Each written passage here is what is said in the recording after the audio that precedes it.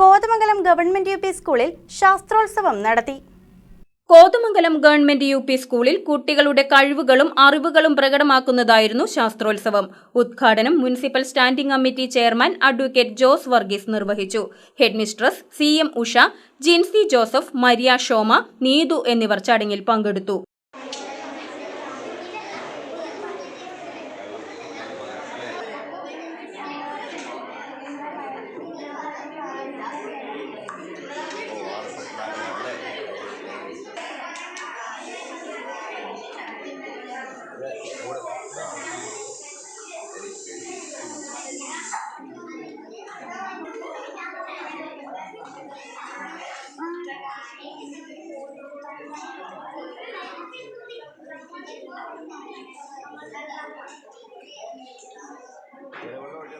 KCV news, Kothamangalam.